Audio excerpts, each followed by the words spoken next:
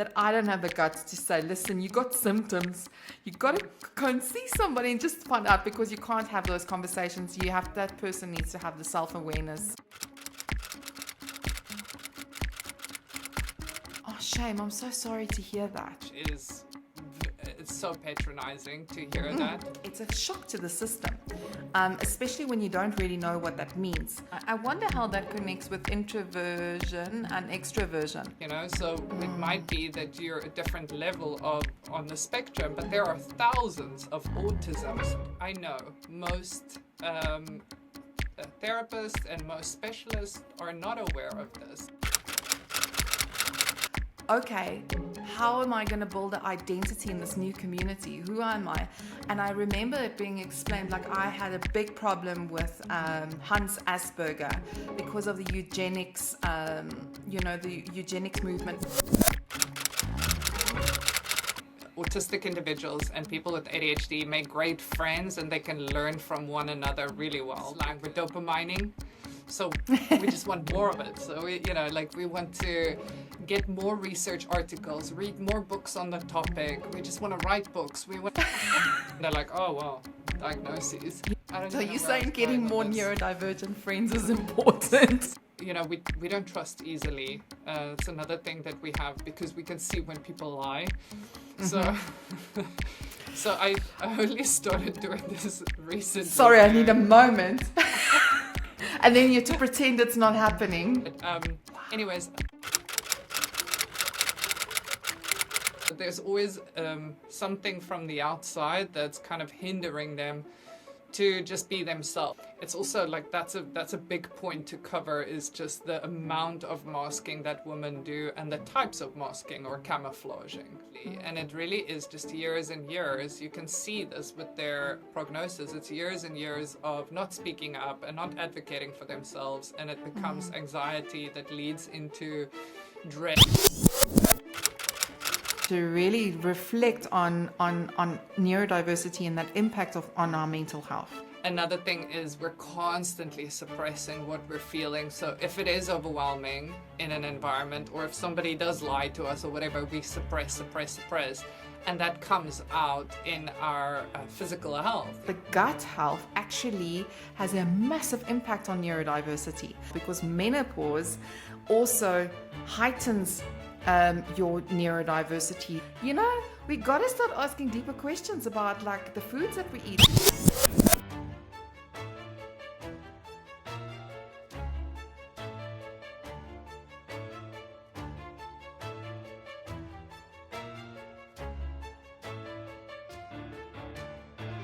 Hey, how is it going, conscious leaders? I am super excited. Today is going to be a fascinating conversation. So I have been very transparent about my journey, but over the past few years, we've seen an incredible shift in the way we talk about neurodiversity. The movement really took hold for me when I began to hear more about dyslexic thinking and what that means. And it's championed by people like Richard Branson and Princess Beatrice. And then I could relate so strongly to this, to the story and to what's happening within the dyslexic thinking movement. But then post-pandemic, there was this wave of conversations around ADHD that gave me the courage to seek out my own diagnosis. Coming from a background where my father was autistic and dyslexic, which perhaps with more traits we didn't fully understand, there was a lot of unspoken shame surrounding these conditions my father had. And for a long time, I thought it was safer not to know, because I was afraid of what the world would perceive of me and who I am. But then a friend and a past guest on the show, Shanna McLachlan, introduced me to someone who would change my life, Karla Pretorius. So Karla, she is a neurodiversity specialist, a psychotherapist, and all-around advocate for neurodivergent people. Helped me to understand and to take the first step. With her guidance, I went to the Neurodiverse Center, where I was diagnosed with autism, ADHD, and dyslexia. It was a moment of shock, yet it brought a deep sense of understanding. Since then, I've been on a personal journey to come to terms with these parts of myself. I've been writing my book in the back end, trying to make sense of this journey and watching my journey unfold. But today I'm thrilled to sit with Karla in a space where I feel truly safe to explore, ask questions, and dive into what neurodiversity really means. So if you ever wondered about neurodiversity or have your own questions, stay tuned because I'm sure that this is going to be a very insightful conversation and maybe opening up your mind to what this could mean for you.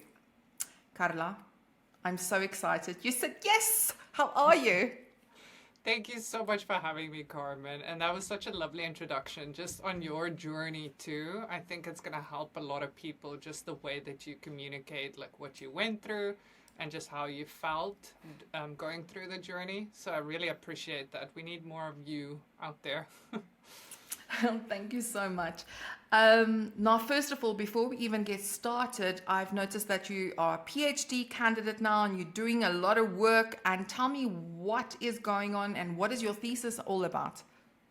Sure. So I've been in the field of neurodiversity now for 20 years. It really is my life and my passion. I was also diagnosed with ADHD and anxiety in my 30s. So ultimately, my PhD is going to be focusing on that. Maybe it's a little bit selfish, but it really is my clientele and my passion. So my PhD dissertation is on enhancing confidence and managing anxiety within autistic women, neurodivergent women. And I do that hopefully through a 5-step program or process, which includes self-awareness, self-discovery, self-regulation, a lot of self-love and understanding, and then also self-advocacy. So that really is it in a nutshell. I wish it was a little bit as fast as I just stated it. I wish I can complete the PhD, but it's a little bit of a longer process. But thank goodness you're doing the work that you're doing, because we all know that there's not been enough research that's been done on women, especially with autism. And that is something that's really, I mean, I have so many questions and I look forward in diving in with the questions that I have. I think the starting point for me is, and I just want to go back to when the diagnosis was done. It was in 2022. And I remember as I was going through the process of the diagnosis, the questions that was being asked and the self-reflection, especially post every session, I think there was 6 or 8 sessions that I had to go through and really understanding. And the more we got closer to the end, I realized, oh gosh, this is autism. Like the questions, because there was too many yeses, that there was no way. And I'm trying to figure out where are we heading. And obviously there's as I mentioned, as I opened, there's a lot of shame and with what we went through with my dad and with stereotyping. He was a post-war baby. He was just born after the Second World War stopped. So so there was all of these stigmas around that. And anyway, I digress. One of the big things was when the moment I found out it's not, I always knew I had ADHD, but when you start finding out how intensely you have it and you start finding out, okay, right, there's also autism involved, it's a shock to the system, especially when you don't really know what that means. And I remember the first question that came out of my mouth without even thinking was, what do I call myself now? I tried to reflect back to that moment. It's like, okay, how am I going to build an identity in this new community? Who am I? And I remember it being explained like I had a big problem with Hans Asperger because of the eugenics, the eugenics movement with the Nazis and how children with disabilities were euthanized, for that program. So calling myself a person with Asperger's or the condition of Asperger's, I don't know the political term, was just not sitting right with me. And we were going through all of these different terms. And it was just such an overwhelming and confusing moment. What, if for all the people out there that has to still go on this journey and going on this journey and probably going to listen back to this, what advice would you give them in this pivotal big moment of just being diagnosed? Yeah, I think that's a good question, because I feel like with all the information that we have out there, it's really easy to just ask ChatGPT or ask Google nowadays, or ChatGPT nowadays, what now? I'm seeing all of these traits in me. Am I autistic? What does that mean? And I would refrain from doing that. I would choose my sources very wisely. I would probably speak to autistic advocates and rather follow those accounts online, because the stigma is still very much ripe. I mentioned this to you earlier, but I'll just mention this again. I went to a psychiatrist this morning to just speak about ADHD in general, and one of his questions to me was, but you weren't hyperactive when you were a kid. And I was like, yeah, but I'm hyperactive in my mind. I've got ADD, previously known as. And for somebody that's a specialist in the field, they should be more versed in what it means to be ADHD without hyperactivity, or autistic without being high needs autistic, So it might be that you're a different level on the spectrum, but there are thousands of autisms out there. And I don't think, I know most therapists and most specialists are not aware of this. They still diagnose according to either you're plastically autistic, or as they call it, high functioning autistic, which I don't like that term, but that's not true. There's a spectrum of autisms out there, and we really need to come to terms with it's a way of feeling, it's a way of being, it's a way of just reacting in the world that's different, and it's more intense, emotionally charged. So to answer your question in a little bit of a shorter manner, I would say that don't trust everything that's out there. Know that most professionals out there probably don't even know and are updated with the latest evolution of the definition of autism. So I would say choose your sources wisely. Yeah, I couldn't agree with you more. And I mean, I felt like I was completely in safe hands. And it's a very, you have to have a moment to mourn, and to mourn a version of yourself. And it's almost like the puzzle starts, to fit. All of a sudden you realize, this thing that I'm doing over here.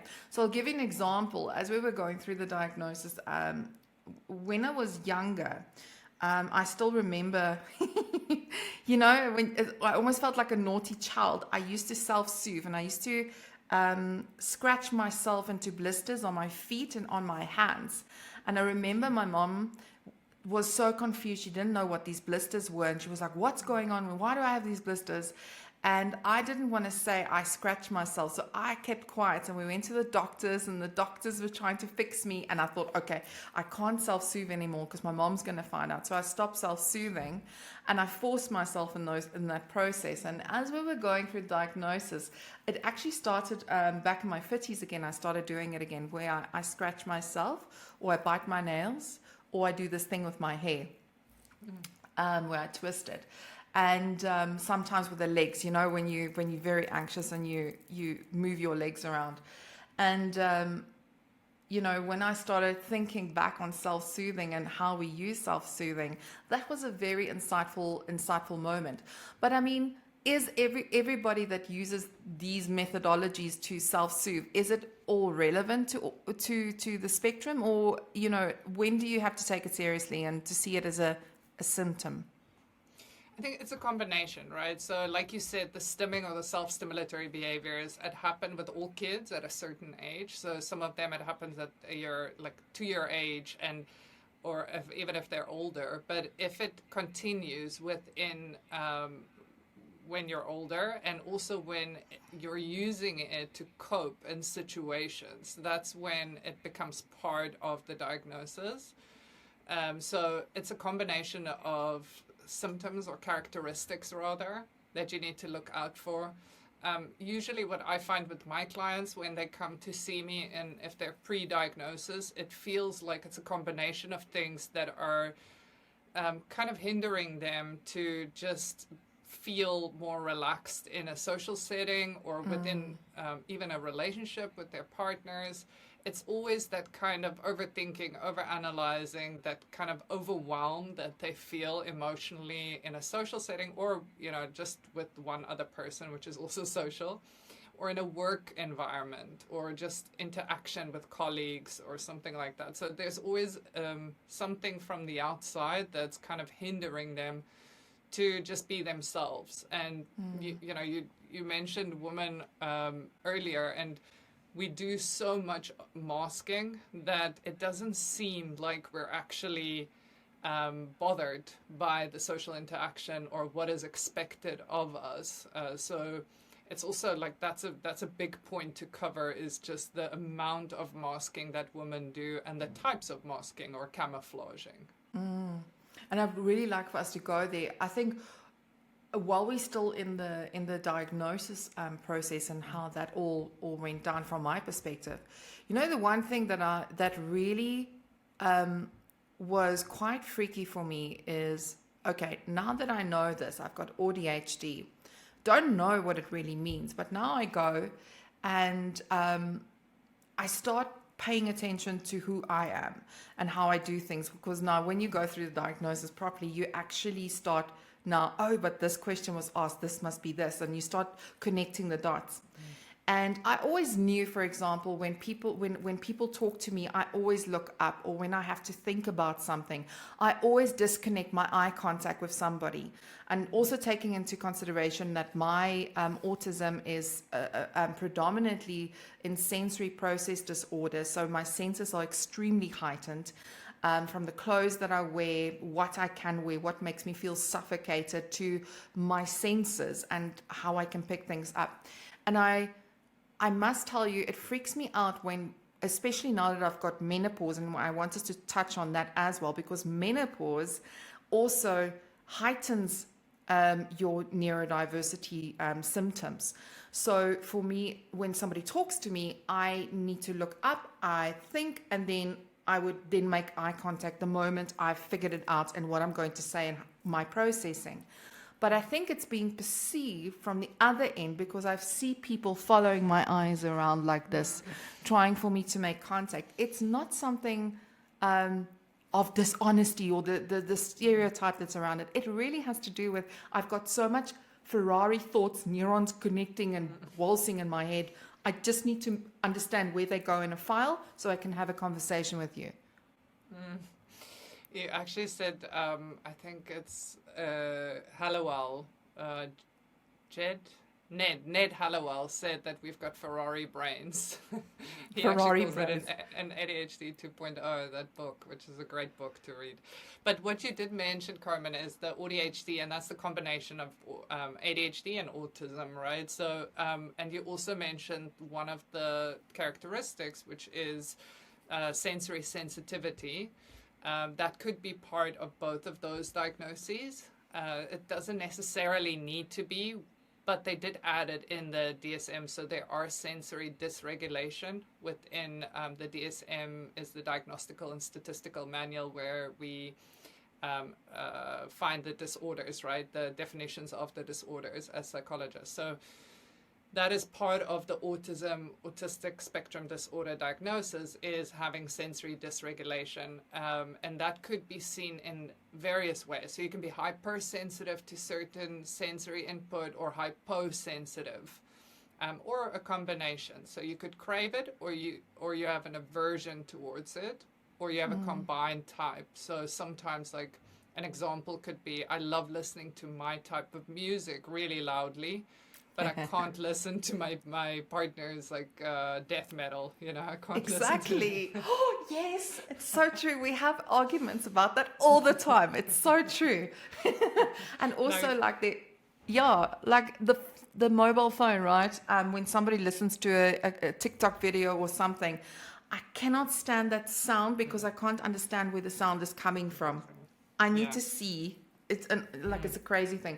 But it's interesting what you're saying there. I think AuDHD is something I don't really understand, because I don't know what part of my brain is active at the moment. Does it make sense?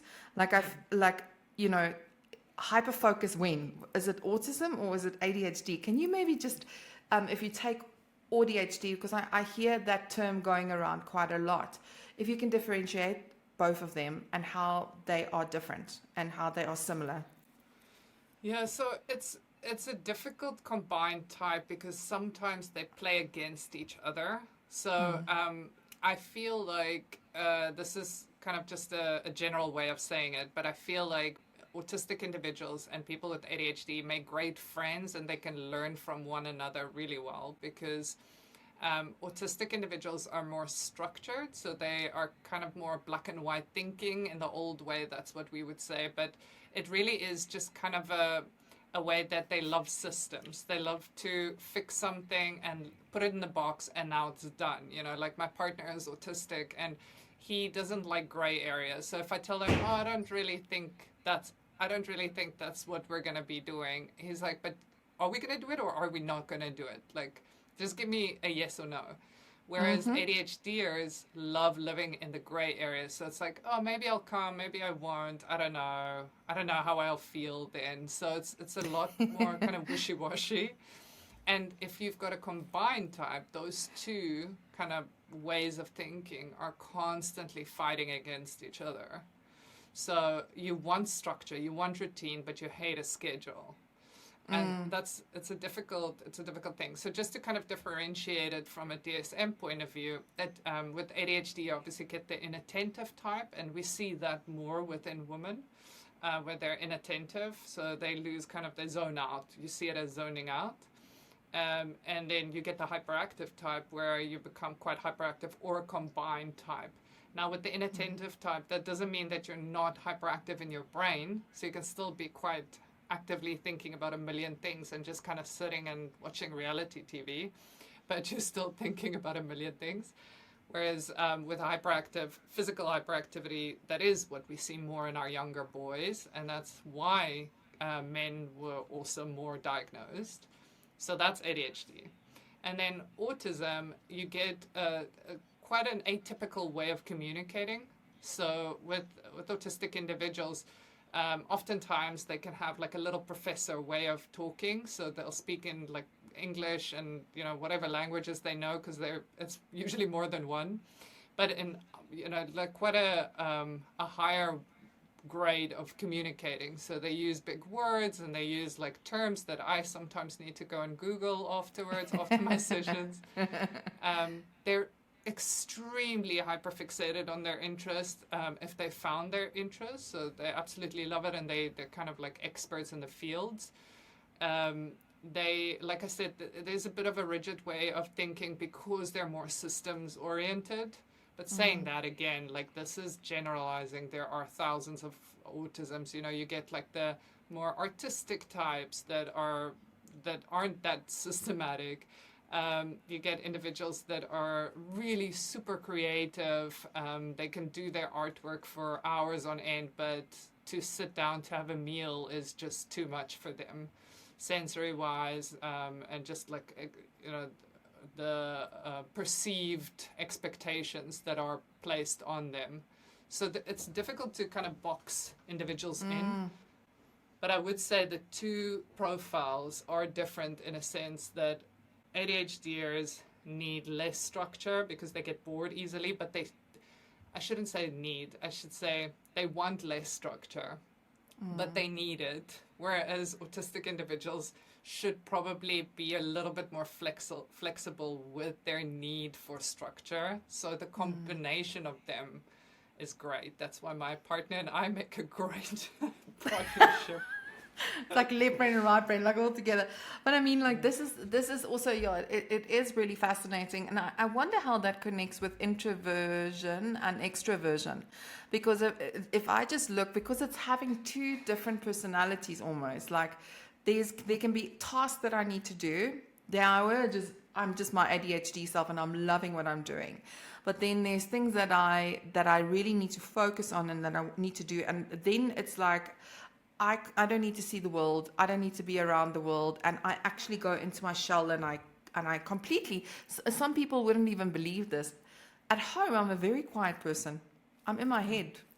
And, you know, I wonder what your view would be from a neurodiversity perspective on what we perceive as extroversion and introversion. I think ADHD has come across as extroverts because we talk so much, and we love talking, and but the reason for talking so much is not always because we want to be the center of attention. We dislike moments of quiet or, those awkward silences. So we just want to fill it, and we've got an inhibition problem, right? So if I hear nobody is talking and I can see, because I'm highly empathic, and most neurodivergent people are highly empathic because we feel other people's emotion. I just want to fill that gap because I don't want somebody else to feel awkward. So it's not like I'm an extrovert. I wouldn't say I am, but I definitely come across as one. So I would probably say that ADHDers come across as extroverts more, and previously known as people with Asperger's syndrome or less needed support individuals or autistic individuals, they come across as more introverts. But I don't think it is actually, it's not that simple, I think. I think there's a lot more to it. But Helen, I'm loving this conversation because you know what? It's so true. Like, it's like, oh my gosh. But I mean, another thing that I've noticed, and you know what? I'm just talking to you, like, as I'm trying to remember moments that really stood out for me, was, when I started having the conversation with family and like, this is what I've been diagnosed with, and, this is what I'm going through. I just think I should tell you the denial. Like, oh my gosh, it can't be. Not you, but like the ADHD, I'm sure everybody knows when you just watch me close by and you start looking at the symptoms, but the autism, I think, came as a shock. And I think it was in that moment, no, because there's a perception of what autism looks like. And the response that really triggered me was the response, and that's how I always used to go and think about my father, and like, I wonder if he ever experienced these moments, was, oh, shame, I'm so sorry to hear that. That response triggers me so much because I just think that it's an awful way of it's almost showing sympathy, not empathy. I don't know. There's something so wrong about that response. For family members that maybe will be, what is the atypical, or what would the word be? Neurotypical. Neurodivergent? Who are not neurodivergent. Isn't it neurotypical? Neurotypical, yes. Yeah. So for your neurotypicals and people that don't have any conditions, when they hear this, or they have family members going through it, or they're in a social situation, what is the best response to give?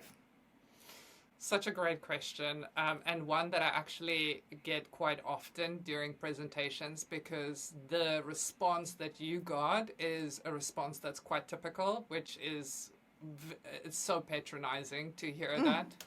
I mean, just a little bit of a backstory before I answer this. I'm currently, like you said, busy with my PhD, right? And these professors are great that I see in my class, but still, when I introduce myself and I say, look, I've got ADHD, I definitely have PDA, which is pathological demand avoidance, which is an awful term. Sure. Sounds hectic. That sounds awful. I know, but it's not even in the DSM, right? So a better way of saying it is a persistent drive for autonomy. So basically, I just want to be in control of my own choices because I feel so out of control in my head, which is something that we definitely need to discuss one day more. But anyways, I introduce myself like this. And my professors, who are professors in psychology, will still have this reaction of like, no, you're not. Like, and I'm there trying to defend my diagnosis to people that should be a lot more open, right? So it really is infuriating. That's the first point that I would say. Secondly, if you're trying to like think about this from psychology professors to your family members who probably have less experience in psychology than the professors, right? It's going to be probably even harder to help them understand. So what I would suggest, and this has worked wonders in my own life, is just to open up about your symptoms more. Like when I go out and something's overstimulating, I always put my noise cancelling headphones on, or I put like loop earplugs in or something, and immediately I tell the people that I'm around, look, this is just overwhelming for me. The baby is shouting, the dog's barking, 3 people are talking to me, and it's sensory wise, it's too much for me. So I don't say to them, look, I've got ADHD and sensory sensitivities and this is why, because then they're like, oh well, diagnoses. Yeah. But I just explained to them what is going through my brain. I started doing it with my partner because, we don't trust easily. It's another thing that we have because we can see when people lie. So, so I only started doing this recently. Sorry, I need a moment. And then you have to pretend it's not happening. Yes, Yeah. exactly. And it's like the smallest thing that really get us. And it's just because you can't trust people. Because like you can see through that lie. And now how are you supposed to trust whatever else they're going to say? You know, we're really focused on the details. And I can't move on. If somebody is told a Yes. blatant lie, I have to take them on. I have to stop them before I move Yeah. on with this relation. I wish more people were like this. But my neurodivergent friends are. So that's great. But anyways, I don't So even know you're where I saying was getting going more with this. neurodivergent friends is important. This is but I- the other thing I wanted to mention, just before we move on from this, is you said neurotypical versus neurodivergent, right? And, you know, like maybe a couple of years ago, I would have agreed with that. But I now believe that more people, and this is what research is also saying, that more and more people are showing signs of having characteristics of being neurodivergent. And I don't believe that every person is neurodivergent, but I do believe that every person is more, has an affinity towards a specific profile, right? So it could be a neurodivergent profile, or it could be a bipolar profile, or it could be more of an anxious, more of a depressed, more of a whatever. So I don't see like one person being normal. I don't think there is such a thing. I love that. Because a lot of people think that, but they don't know how to say Exactly. it because it's so political, right? Especially Yeah. this world of neurodiversity. You have to be so careful in how you express and say those things. But I also, and I mean, I have read studies on this, and I don't know what your opinion is for example, digital dyslexia, where technology is starting to play a very big role in some of our neurodiversity conditions. It was actually a few years ago that I read up on that. And the other thing is when I went for my menopause things to a doctor to check my microbiomes, she explained to me the importance of your gut health and how the gut health actually has a massive impact on neurodiversity. And if you look at all the food and all the crap that's out there and what we're eating and whatever hormones they've put in it to make it grow faster and quicker, you know, we got to start asking deeper questions about like the foods that we eat and the impact that this is having on our mental health. So what is your view on that? So I'm so happy you brought up this topic. This is one thing that I want to kind of specialize in, not really the biology part of things, but the physiological representation of this is going to sound like a mouthful, but it's the physiological representation of the amount that we suppress our needs and how that shows up in our body. And that gut-brain link or connection that you were talking about is one thing. Another thing is we're constantly suppressing what we're feeling. So if it is overwhelming in an environment, or if somebody does lie to us or whatever, we suppress. And that comes out in our physical health. You know, like I have so many of my clients are have chronic illnesses, and it just came out of nowhere apparently, and it really is just years and years. You can see this with their prognosis. It's years and years of not speaking up and not advocating for themselves, and it becomes anxiety that leads into dread, that leads into chronic illnesses. So I definitely think it's a combination of what we eat and how much we listen to our bodies and listen to what is bothering us and actually making a change. So yeah, I'm all for it. I mean, when I was younger, I wasn't worried about what I ate and how much I drank, but now I'm definitely a bit more worried. Yeah, and you know, one should be. And I think like I've also been going on this journey and trying to see what works for me and what's not working, and taking things out of my diet, then reintroducing things, you know, what is working and how does my brain feel. So I'm not medicated at all, right? There's days where I think I should be. I perhaps, you know, I don't even know who to consult with when that stage comes. But I think from my perspective is I'm trying to do it as holistic as possible. I'm trying to do it through food and trying to be more conscious of what I'm what I'm eating and my meditation and doing things that makes me feel good. Some days it's very hard, and I mean, I can be honest in this conversation, but I took a few days out of my schedule just to relax for a bit, and it was the first time this year. I work from Monday to Sunday. I'm an entrepreneur, and I don't switch off because my brain can't switch off. And I would go to bed, and now with menopause on top of that, toss and turn for 2 or 3 hours before I fall asleep. And then I always wake up tired. And so I started on the journey of fixing my menopause and really working on that. And it's really made a big difference for me. But at the same time, there's that part of what's going on in my brain. And I think that so many people, discard that and don't think about, how it impacts their day-to-day life and how it shows up in your body. But I can get panic attacks, or sometimes, when it gets too overwhelming, dark thoughts into my mind. And I think that, as we are talking about Mental Health Awareness Month, I mean, this is a month to really reflect on neurodiversity and that impact on our mental health.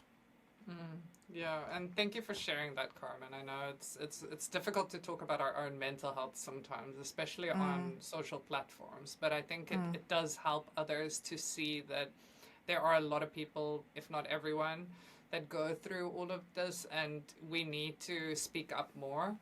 And we definitely need to take care of ourselves. I know that you're saying that you're an entrepreneur, and that's amazing.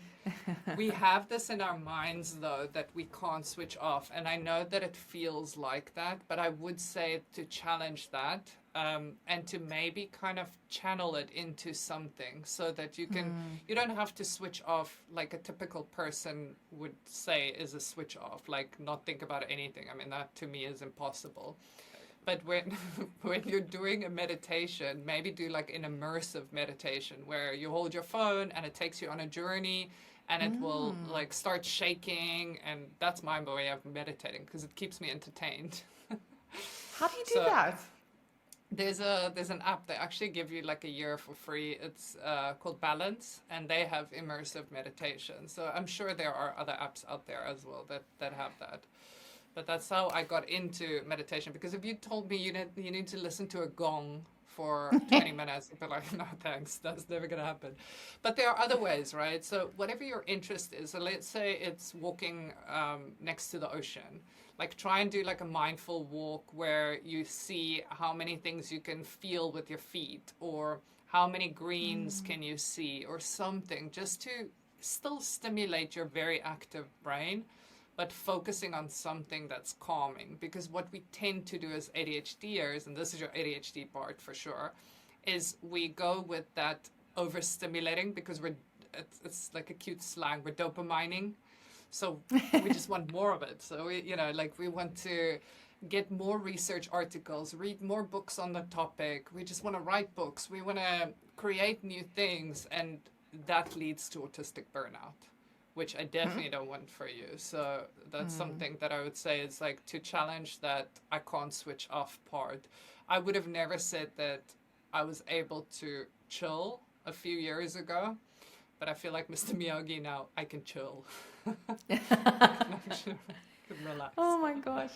But I mean, it's listening to what you're saying, and it's fascinating to me because I'm trying to also understand how this plays off in corporate, right? Or in your work environment, because work environments have become very toxic.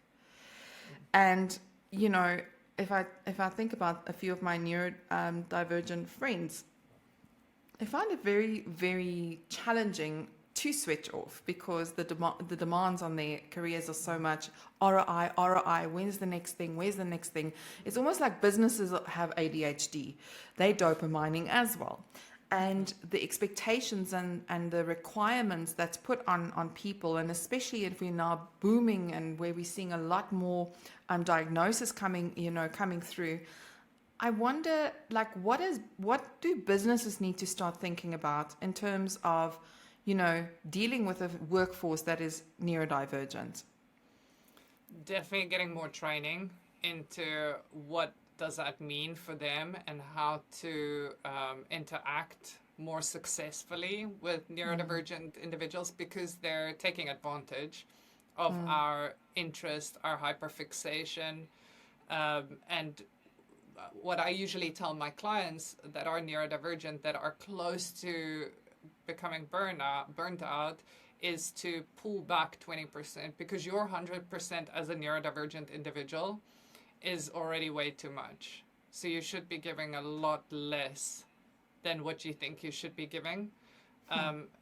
You know, like if you think about a typical individual going to work, they're going to be on their phones, they're going to be taking tea breaks, they're going to be, you know, calling their partners or friends and so on. And a neurodivergent person is usually like, no, I have to work. I'm here to work. These are my tasks. We don't really often take time off. So we have to keep that in consideration. That's fine, but then work fewer hours. You know, we have to start pulling back because otherwise we just go from boom to bust the whole time. Yeah, so true.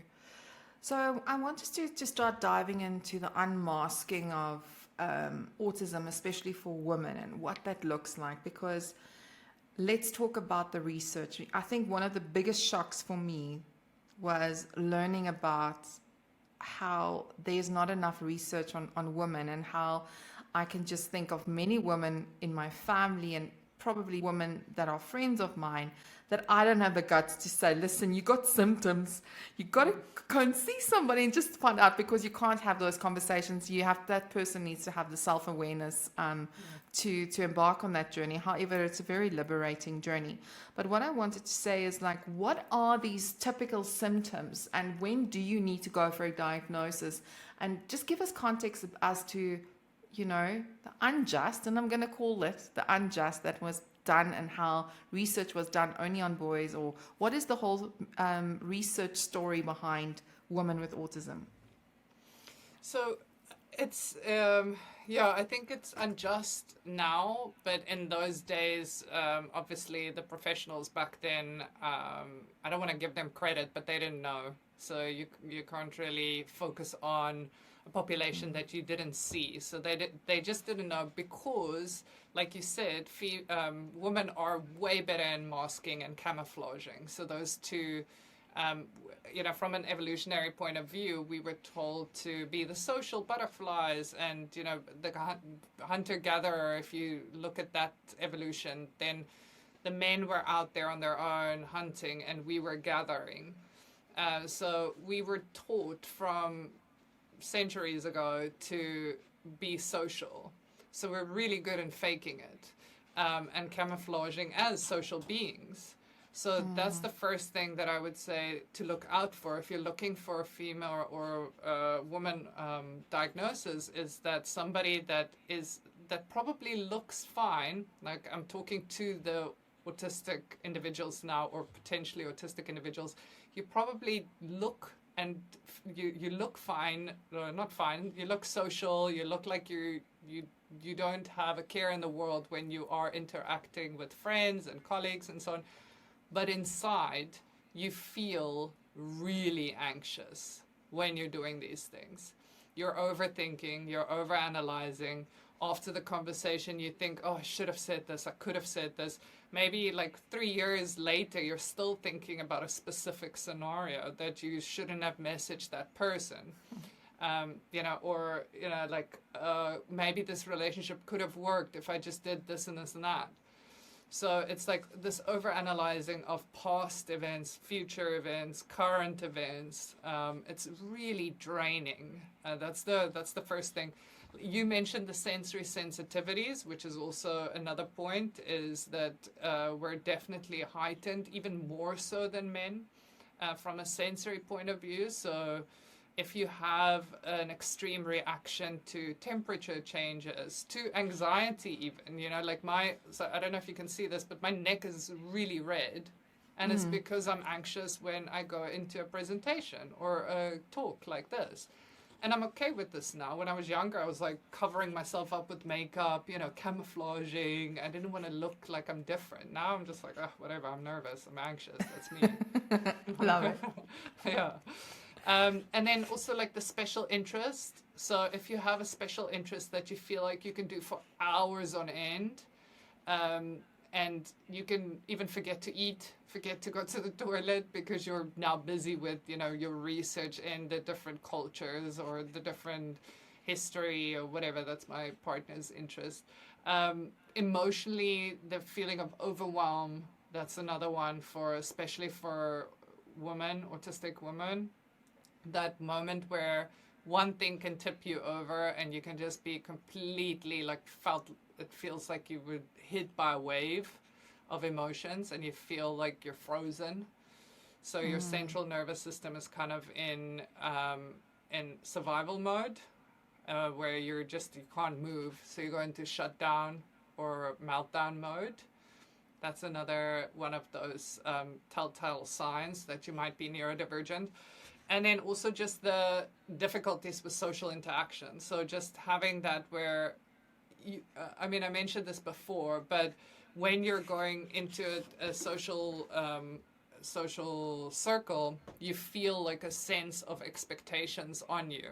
And it might not be that anyone has told you anything, but you feel like you have to interact. It's like that perceived expectation. So that's autism in women that I would say is different than in men. Fascinating. And there's so many of these symptoms, and I think it's not looking at them in isolation, but looking at them in a combination, saying, okay, right, but if I have a lot of these symptoms, maybe just do it. I personally feel that everybody should just go for a test and just go for the whole process. I've seen even influencers on AuDHD that have been taking over the world and they're so informative. Only realized the other day that they might have autism as well, and now they have to start all over again. And, to just go and get it done and check out the full Monty and just make sure you do it correctly. I don't necessarily agree with doing the online tests. I think it's a better idea to do it with somebody in consultation, because when you don't understand the questions and how they are posed or what those things specifically mean, you might interpret it incorrectly and answer the question incorrectly. Yeah, I agree. I think also being with somebody makes it a little bit easier for you to navigate the journey further. So even if it's not going through the full assessment, because it could be expensive, right? Like a lot of people, either in the UK, I work with a lot of UK clients where they have to wait 3 years for the assessment through the NHS because there's such a backlog. So either that or it is expensive. So there's a waiting list. Or going private is perhaps too expensive. Maybe you have a therapist that you can just speak to. Make sure that they know about neurodiversity. Make sure that they've studied further and that they're a little bit more modern in their way of thinking, I would say is important. Because like I said, this morning the psychiatrist was lovely, but his questions to me were very much old school, but you're just saying that you're not very, you're saying a lot of times you're anxious. And I was like, yeah, I'm anxious because there are so many expectations on me socially. And he's like, yeah, but you got good grades and you listened in class and you weren't hyperactive. And I'm like, yeah, okay. I'm not going to try and convince you. Yeah, it's not. But this is the reality. And also I think, also just looking back on my journey, like I don't even feel that it's unfolded for me properly yet. And I haven't made sense of it. And I really have to take it one step at a time. And every time when there's something, that's where I'll go to ChatGPT and I'll say, okay, right, I'm experiencing the symptom. Is this now part of this thing or that thing? And I really enjoy also going onto YouTube. There's a lot of fascinating videos, but I think it's Neurodiversity Center or something like that. I've seen some of their videos, but yeah, I think it's important, to unpack this conversation. And I think that there's a lot more for us to do, and building the self-awareness, talking about workplace inclusivity, things that needs to get done, the nuances and so forth. But I want to also end up on a little bit of a high with this, because knowing that it's also my superpower is also amazing for me. Like, I think every time when I do have those tough days and it's really hard for me, and I just literally want to pull my hair out of my head because the thoughts don't want to stop. There's also moments where I go, oh, can the ideas just keep on flowing, because it's like I'm like a salt and pepper, you just shake me and it's ideas that comes out of me. I get to express my creativity and I get to live it. And I think that, a lot of people mourn this. It's just learning how your brain works and how you need to navigate through that. And I mean, I'm not an expert, but for me personally, there's good days, there's crappy days, and then there's bad days. But, it's finding that balance and say, okay, right, this is what I've got to work with. But focusing on the good outcomes that comes from it is something that I always celebrate with myself. And I go, oh my gosh, Carmen, I'm so freaking proud of you. And I have the self-talk moments because I think if I don't have them, I will really have a bad opinion about myself. I think it's lovely what you just said, Carmen. I think we need to, first of all, you are the expert because it's your body. You're the only person True. that knows what thoughts are going through your brain and how you're reacting to it. So you are the expert. Every person out there listening is they're the expert of their own neurodivergence or brain, right? But secondly, I would say that, yes, it is great. None of my clients has ever said that they want to take their autism or ADHD out. They said that sometimes yes, it is overwhelming, but they want to be autistic. They want to have ADHD.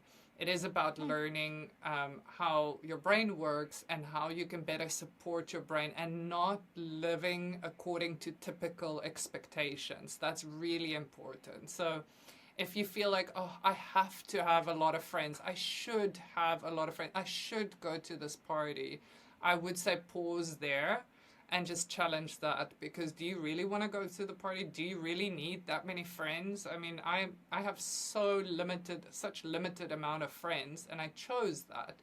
I literally did an audit on my friends, sorry friends, and I said, look, who's actually giving me any energy here and who's just sapping it? And I needed to do that because I don't need 5 friends even. I just need a couple of good friends and that's it.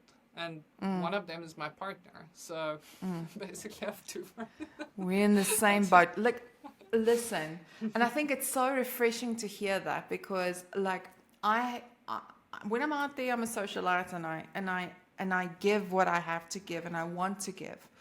But then when I'm home, and my home is my home, and my family is my family, and I do have friends, but it's maybe seeing you once every 3 months, having a coffee or a lunch. It's not like let's braai over the weekends. I'm a very and some people don't understand that, but it really is, we need to gain our energy, especially from an over-processing perspective. And when you have so much going on, like, I have to tell you, I tell everybody about the story. I'm going to tell you quickly, right?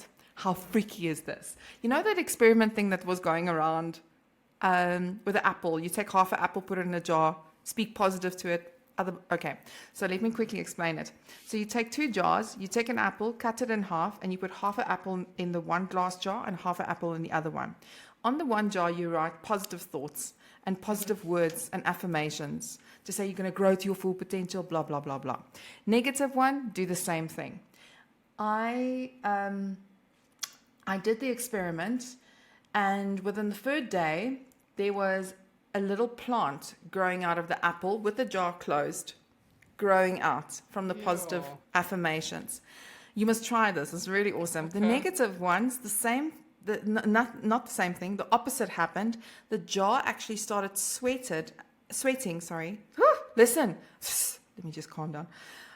The words were, see, I can't talk fast and think fast. One thing has to be slow, right? There's no rush. And the negative one, I was like, okay, let me have negative conversations with it. And I started seeing the 3rd day, it was like all misty and it was looking terrible and it was starting to get all this gug and it was disgusting.